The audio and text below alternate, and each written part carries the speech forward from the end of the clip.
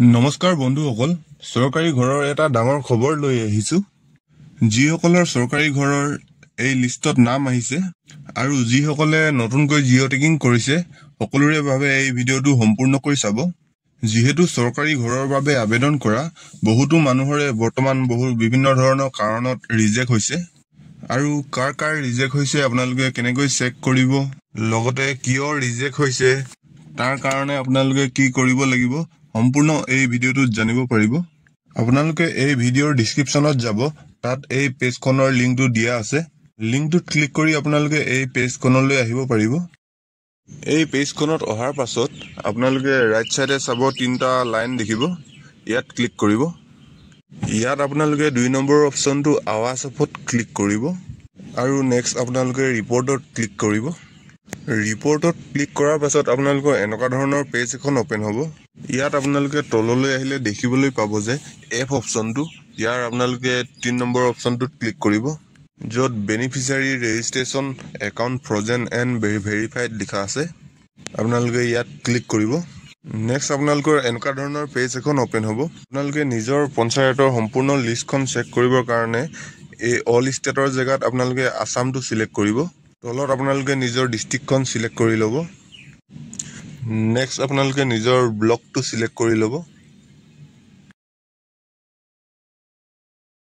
আৰু তলত আপোনালোকে নিজৰ গাঁও পঞ্চায়তৰ নামটো সিলেক্ট কৰি ল'ব আৰু একেবাৰে শেষত আপোনালোকে এই কেপচাটো ফিলআপ কৰিব লাগিব।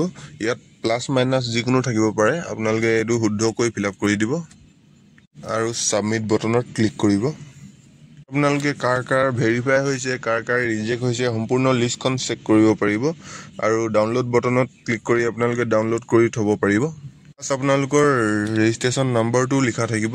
নেক্সট আপোনালোকৰ যাৰ নামত ঘৰ আহিছে তেওঁলোকৰ নাম থাকিব। 3 নম্বৰতে আপোনালোকে নিজৰ বেংকৰ নামটো চাব পাৰিব। আপোনালোকে জিঅ' টেকিং কৰাৰ সময়ত কোনখন একাউণ্ট দিছিলে সেই বেংকৰ নামটো ইয়াত চাব পাৰিব আৰু ষ্টেটাছৰ ঠাইত আপোনালোকে ৰিজেক্ট হৈছে নে ভেৰিফাইড হৈছে সম্পূৰ্ণ চাব পাৰিব। যিসকলৰ ৰিজেক্ট হৈছে তেওঁলোকৰ কিয় ৰিজেক্ট হৈছে তাৰ ৰিজনটো দিয়া আছে, আপোনালোকে নিজে পঢ়ি চাব পাৰিব। আৰু যিসকলৰ ভেৰিফাইড দেখাই আছে তেওঁলোকে কোনো ধৰণৰ চিন্তা কৰিবৰ প্ৰয়োজন নাই। আৰু বৰ্তমানো বহুতো লোকৰ এতিয়ালৈকে ভেৰিফাই হ'বৰ কাৰণে বাকী আছে। আপোনালোকৰো যদি আধাৰ কাৰ্ডৰ সৈতে বেংক একাউণ্ট লিংক নাই আৰু নিজৰ বেংকত KYC যদি কৰা নাই তেন্তে অতি সোনকালে আপোনালোকে বেংকত গৈ KYC জমা কৰিব আৰু আধাৰ কাৰ্ডৰ সৈতে বেংক একাউণ্ট লিংক কৰি ল'ব। এইটো বৰ্তমান যিসকলৰ ৰিজেক্ট হৈ আছে তেওঁলোকৰ বেছিভাগৰে বেংক একাউণ্টৰ কাৰণে ৰিজেক্ট হৈছে। আপোনালোকে অতি সোনকালে এই কাম কৰি ল'ব।